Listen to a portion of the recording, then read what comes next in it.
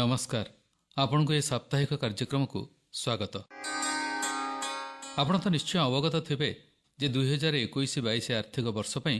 गत सोमवार 2020 फेब्रुआरी 1 तारिख रे केंद्र सरकार साधारण बजेट को माननीय अर्थमंत्री श्रीमती निर्मला सीतारमण लोकसभा उपस्थापन करिसेंती। महामारी कोरोना जोगु विगत 2020 वर्ष रे जो संकट उभा होता ता जोगु आम अर्थनीति बहु भाव में विपर्यस्त हो पड़ी। तेणु विपर्यस्त अर्थनीति को सुधारी निजुक्ति एवं आय संकोचनर दुस्थिति को आत्मनिर्भरतार परिवर्तन करने यह बजेट रे अर्थमंत्री देशवासी संभावनार आशा संचार करने को प्रयास करिसेंती। I wish to lay a vision for Atmanirbhar Bharat. Atmanirbhar Bharat or Atmanirbharta is not a new idea. Ancient India was largely self-reliant and equally a business epicenter of the world. Atmanirbhar Bharat is an expression of the 130 crore Indians who have full confidence in their capabilities and skills. The proposals in Part A will further strengthen the sankalp of nation first, doubling farmers' income, strong infrastructure, healthy India, good governance, opportunities for youth, education for all, women empowerment, and inclusive development, among others. Additionally, also on the path to fast implementation are the 13 promises we had made in the budget of 2015-16, which were to materialize during the Amrit Mahotsav of 2022 on the 75th year of our independence. They too resonate with the vision of Atmanirbharta. तेणु आज आम कार्यक्रम प्रसंग आत्मनिर्भर भारत गठन दिगरे एथरर केंद्रीय budget. श्रोताबंधु, मुख्यतः स्वास्थ्य और सुस्थता, भित्तिभूमि सुदृढ़ीकरण, कृषि और कृषक कल्याण, उत्तम शासन, युववर्गों पर सुजोग, विशुद्ध पानीय जल जोगाण आदि उपरे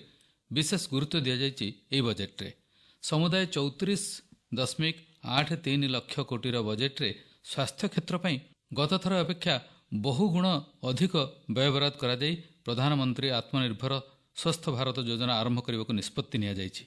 पुणी भारतर अर्थनीति को $5 ट्रिलियन रे पहुंचाइबा लक्ष्य सरकार बजेट रे विनिर्माण क्षेत्र को अग्राधिकार देइछन्ति। सेथिपई 13टी क्षेत्र में देश को आत्मनिर्भर करने को सरकार बजेट रे लक्ष्य रखिछन्ति। आगामी 5 वर्ष पई प्राय 1.97 लाख कोटी टंका विनियोग करा जाई भित्तिभूमि विकास करा जिबा सह व्यापक निजुक्तिर सुजोग सृष्टि हबो। ए संपर्क रे हमर कार्यक्रम को कहंती उत्कल विश्वविद्यालय पीजी काउंसिल पूर्वतन अध्यक्ष तथा अर्थनीति विश्लेषक प्रोफेसर रंजन बळ। हमरो आत्मनिर्भर भारत गठन दरकार। एटा गोटे बहुत भलो स्वप्न।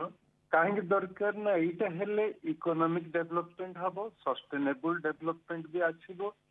आ हमर मध्ये इनक्लूसिव ग्रोथ हबो। आ ई बजेट रे केतोडे भलो प्लान अछि।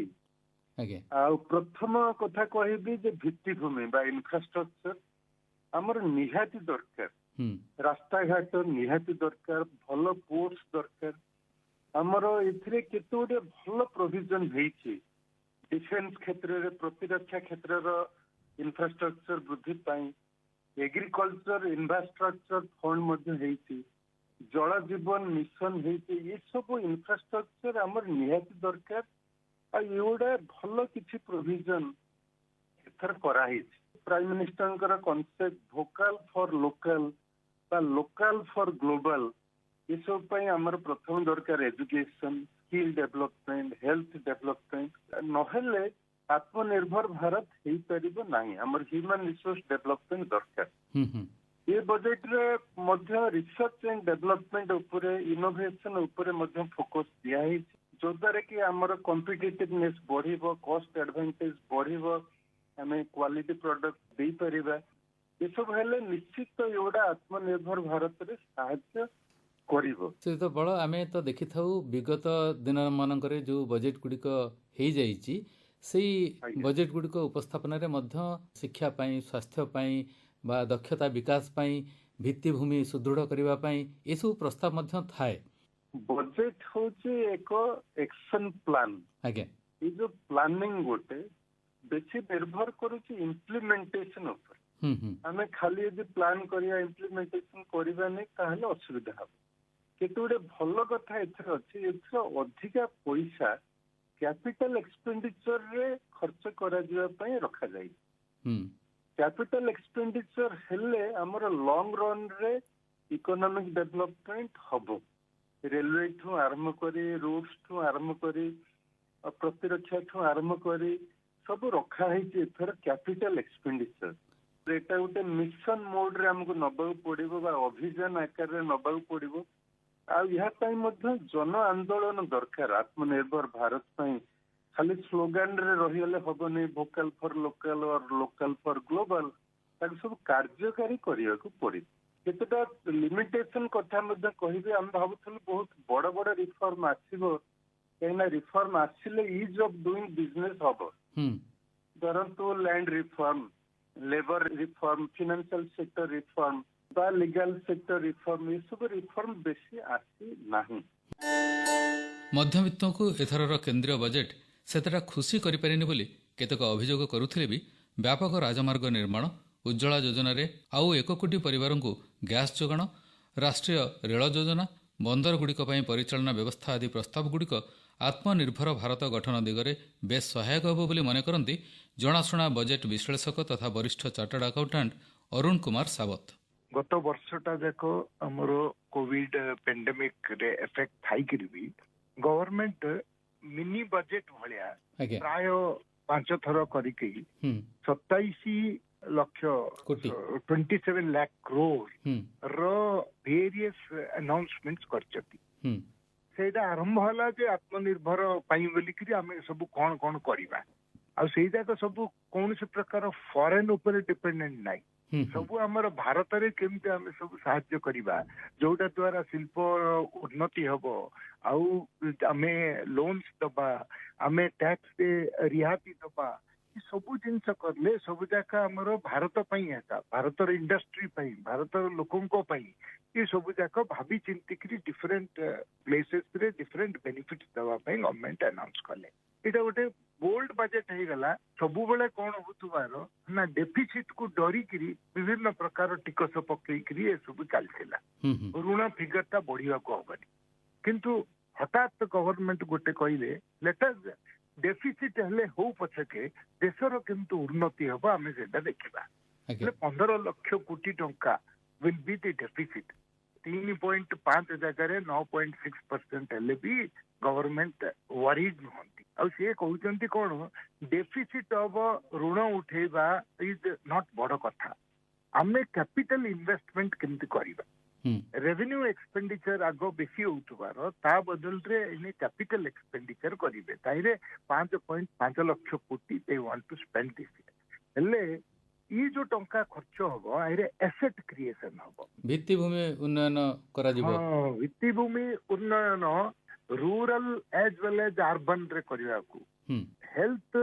केमती भलो रहिबो ता पई टंका खर्च करिवे एजुकेशन केमती सैनिक स्कूल एकलव्य स्कूल एंड जिते स्कूल अच्छी से अपडेट करिया को हबो वाईफाई सब केमती मिलिबो गाँ रे सब पूरा इलेक्ट्रिफिकेशन केमती हबो सब आ पानी केमती मिलिबो सैनिटेशन केमती मिलिबो ए सब जाक होची पार्ट ऑफ आत्मनिर्भर हमें लोकों को केमती आउ का ऊपर निर्भर न करके निज गाँव रे निज जिनस मिलिबो शहर रे मेट्रो सब केमती चलिबो रास्ता केमती सब चारिआडे हमर जो कॉरिडोर सब हबो 1,10,000 कोटी रेलवे खर्च करिया पई प्लानिंग हेची सब कैपिटल तो ई जो प्लानिंग जाक सब करूचंती गवर्नमेंट सब जाक हम देश केमती इंप्रूव हबो जो योजना कथा सब कहा जाए तार वास्तव रूपायन प्रकृत में हो पारे ये बजेट जिते आसे से बहुत स्वप्न सामना को आसे किंतु स्वप्न गुड़िक साकार होगापी वर्ष वर्ष लगी जाए अधारू से बंद हो जाए सन्देह उपजुची किंतु मते जहाँ लगुच जे इबे जो टाइम लिमिट सब रखी 22 सुधा एटा हवा को हम 23 सुधा एटा हवा को हम 24 सुधा ये जो मिनिमम गवर्नमेंट जो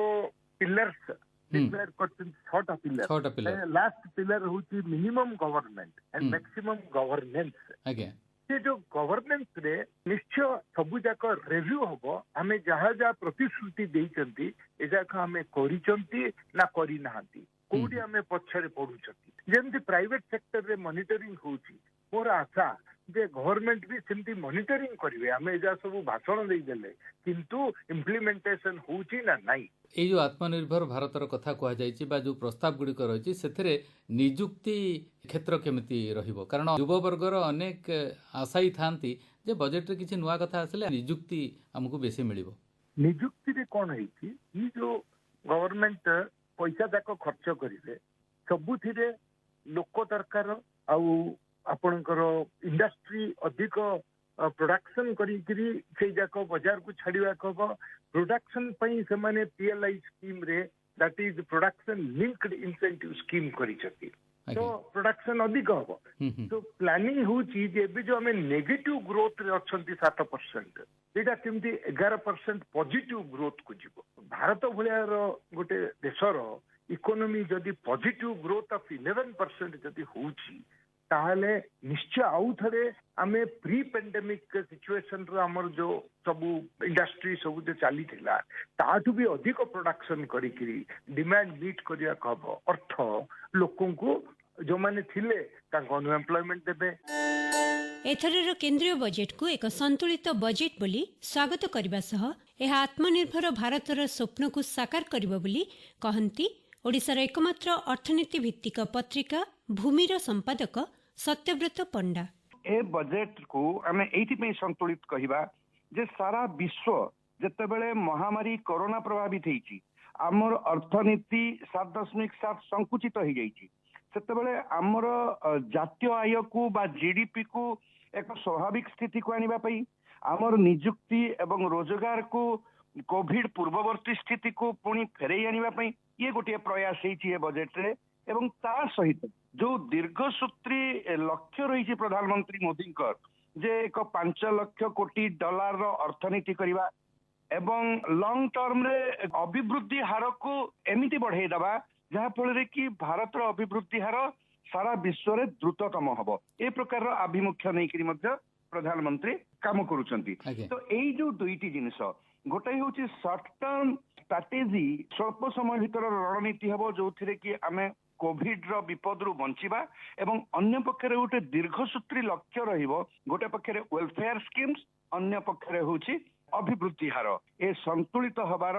माध्यम होची प्रधानमंत्री बहुचर्चित आत्मनिर्भर भारत पैकेज कोरोना समय रे मध्य घोषित होइतिला से आत्मनिर्भर भारत को मुख्यतः अभिवृद्धि एवं पुंजी क्षेत्र में अधिक व्ययबराद तथा इंफ्रास्ट्रक्चर यही तीनोटी रे खर्च एवं व्यय को बढ़ेकरी सरकार आत्मनिर्भरशील भारत कथा चिंता संपूर्ण रूपे विश्व अर्थनीति निजक विच्छिन्न करने लक्ष्य नुह आत्मनिर्भरशील भारतर कहीं ना आजिका तारीख रे कौनसी देश रे कौनसी गोटे निर्दिष्ट वस्तुर उत्पादन हो नहीं गोटे वस्तुर उत्पादन पई विभिन्न देश कर सहायता निया जाउची किंतु गोटे जिनिस होची जे आम देश रे जो कंचा माल रो अभाव रहुतला अनेक गुड़ाए जिनिस रे वर्तमान कंचा माल रो आमदानी उपरे मध्य शुल्क रिहाती करिसेंती सरकार जहाँ फल रे कि से कंचा माल आसीबो एथरे फाइनल प्रोडक्ट पे प्रोडक्शन हबो एवं बाहर को रप्तानी हे परिबो एही सब आभिमुख्य नै करी ए बजेट रे मु भाबुची जे आत्मनिर्भर भारतर कथा कहै जाय बहुत सुजोग रही तेबे श्रोता बंधु महामारी प्रभावित आम अर्थनीतिर पुनर्जागरण पई एवं एक आत्मनिर्भरशील भारत गठन जरिया पोषणीय विकास पई आम देशर एही प्रथम डिजिटल केंद्रीय बजेट 2021-22 अनेक स्वप्न और प्रस्ताव अंटिरे रखिछि से सबको साकार करने ପାଇଁ लोड़ा आंतरिकता निरंतर समीक्षा एवं सबु सहभागींकर सहयोगिता।